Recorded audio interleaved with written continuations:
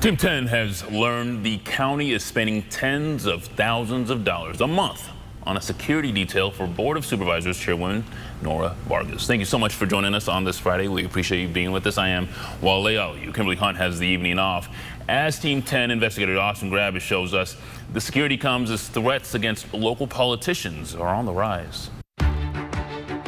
I would describe the climate that we're seeing locally as deteriorating. University of San Diego researcher Rachel Locke is talking about the polarized environment politicians are working in.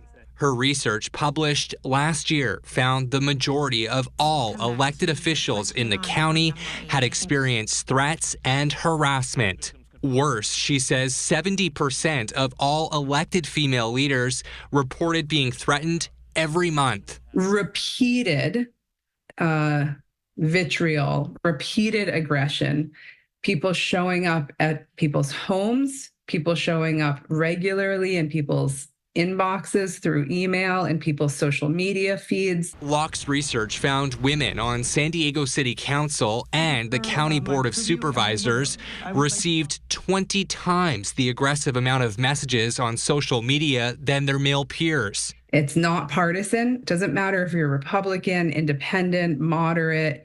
It's pretty even across parties. What matters is, are you a woman or a man? I think we can do better. The research could explain why County Chairwoman Nora Vargas now has a protective security detail.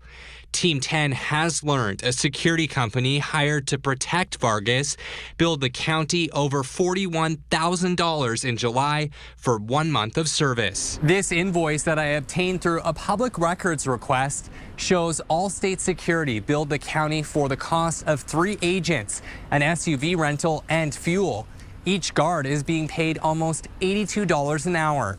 People need help. We need to help them. It's not clear when Vargas started having bodyguards with her, but last year, Team 10 revealed the county had spent nearly $2 million on a detail for former board chair Nathan Fletcher over a year and a half. Fletcher had received threats as the face of the county during the COVID-19 pandemic, and authorities said an arsonist was responsible for lighting his house on fire in 2022. I asked Vargas's office what triggered the need for a security detail. Her press secretary, Megan Breen, declined to answer that.